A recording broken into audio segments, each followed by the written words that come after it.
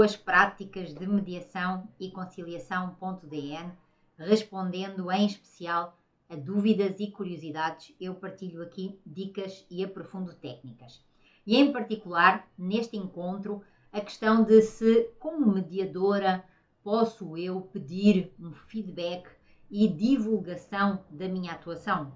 Bom, começo por afirmar que, no meu entender e de acordo com a minha prática e a minha experiência profissional, e também como pessoa, eu entendo que qualquer profissão deveria preocupar-se em pedir feedback pelos serviços prestados, porque esse procedimento ele aponta no cuidado e na preocupação com a qualidade daquilo que é efetivamente oferecido.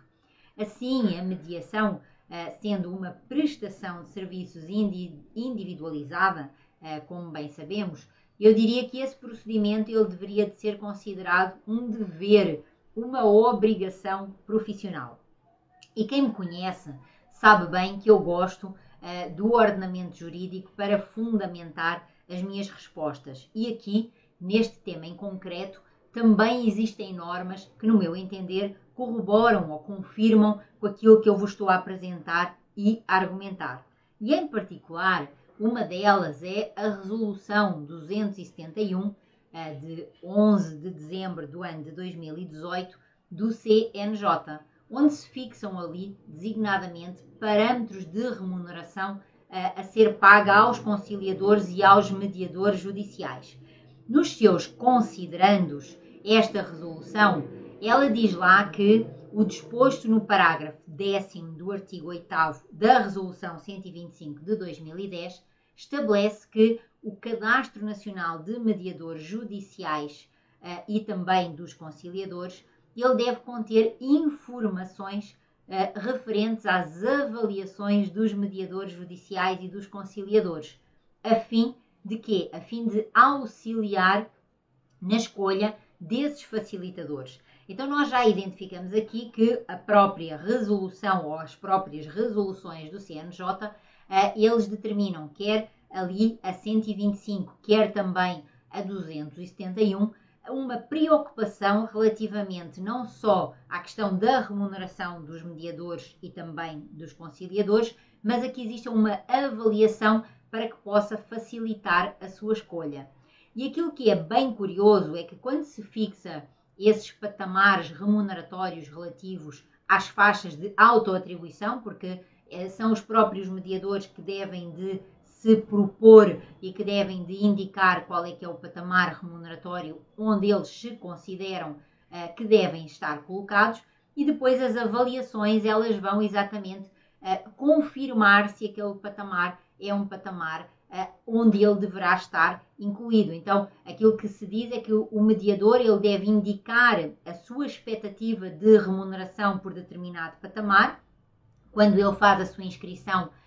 lá no Cadastro Nacional de Mediadores Judiciais e Conciliadores, com vistas exatamente ao cumprimento daquilo que se estabelece no artigo 169 do Código de Processo Civil, que determina designadamente que nos casos de justiça gratuita existe a possibilidade de escolha pelos próprios intervenientes de mediadores judiciais que atuam voluntariamente ou pro bono. Então, os patamares remuneratórios que nós encontramos relativamente a essas faixas de autoatribuição, eles são denominados de voluntário, básico, intermediário, avançado e também extraordinário. E dentro dessa lógica, como é essa autofixação, ela precisa depois de uma avaliação para que exista a continuidade ou não nessa classificação. E dentro dessa lógica, também a resolução, ela estabelece, no caso a resolução 125 de 2010, ela estabelece lá no capítulo 3º sobre os centros judiciários de solução de conflitos e cidadania, que os tribunais eles vão disponibilizar às partes a opção de avaliarem câmaras, conciliadores e mediadores. Então, essa disposição, essa possibilidade, ou melhor, esse dever dos próprios CEJUSCs disponibilizarem essa avaliação pelo utilizador, ela consta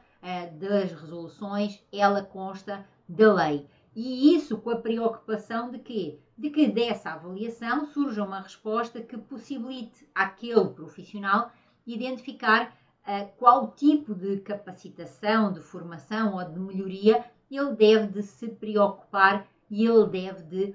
também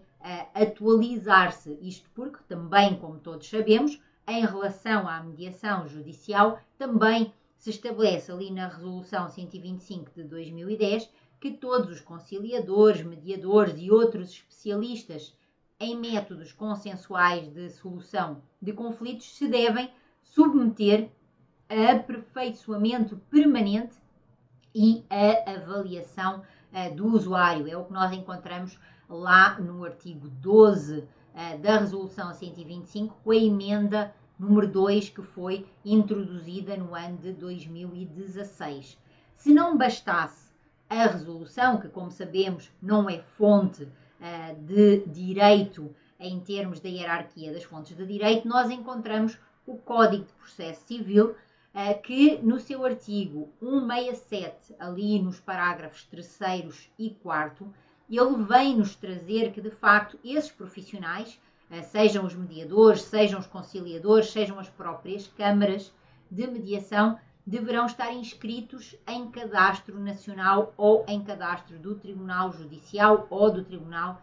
Regional Federal para manter o quê?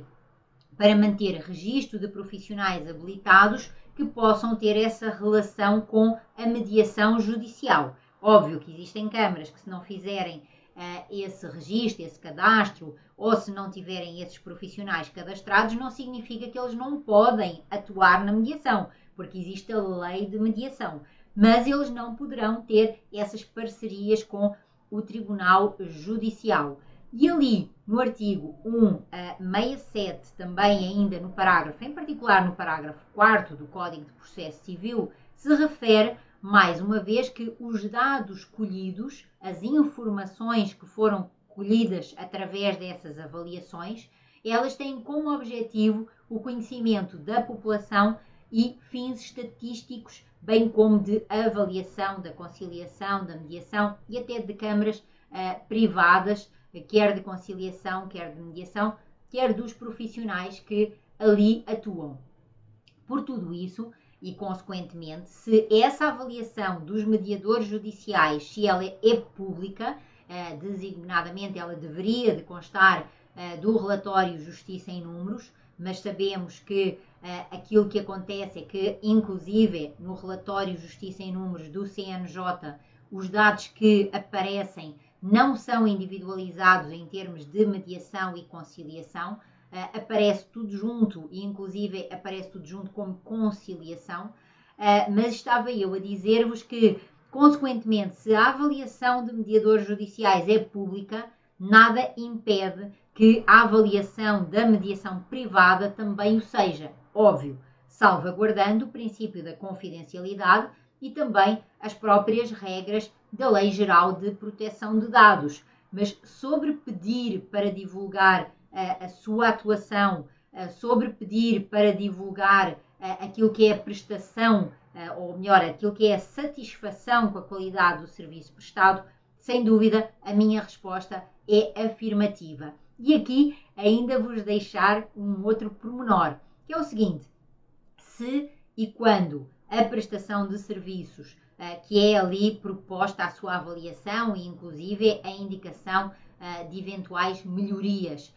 se ela é efetivamente positiva, se ela foi efetivamente boa, naturalmente ela vai ser divulgada e ela vai ser referida. A chamada publicidade boca a boca, ela acontece e acontece de uma forma natural e normal. E por isso eu não vejo de facto que haja qualquer tipo de impedimento de, como mediadora, eu solicitar e pedir efetivamente e ter inclusive um questionário de feedback, onde ali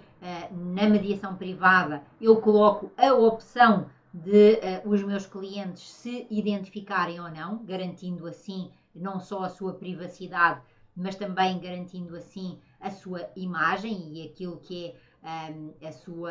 a confidencialidade também em relação a que aquela pessoa participou de um processo de mediação. Em relação à divulgação da minha atuação, aquilo que eu vos posso dizer é que, da mesma forma como é solicitado esse feedback, também não vejo nenhum inconveniente em que seja referido que, se entender oportuno e conhecer alguém para quem os meus serviços possam ser úteis, será um prazer eu também prestar mais informações. E dessa forma, nós concluímos aqui